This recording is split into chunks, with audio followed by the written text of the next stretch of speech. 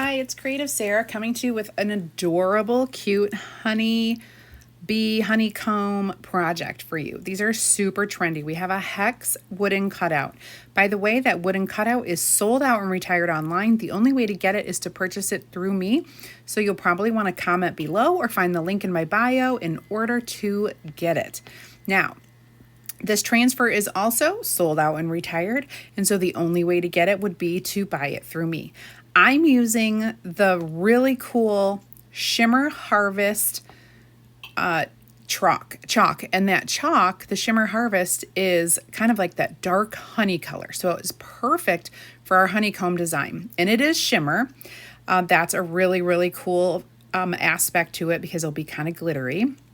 And then I'm going to dry it 100%. So dry.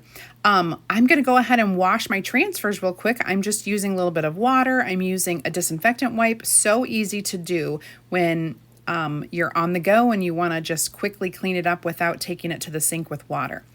If you're new, go ahead and comment VIP so you can get a link to join my free crafting group online. And if you also are interested in checking out a sample, go ahead and comment sample right in the comments. Okay, so back to drying the chalk.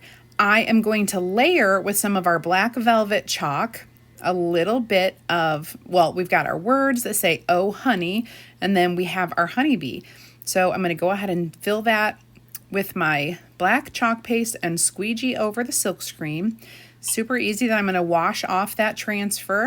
All of our silkscreen transfers, that's what we use for our stencils. They're called silk screens. And here we have our little bumblebee. He's going to be in black. Stands out with the board.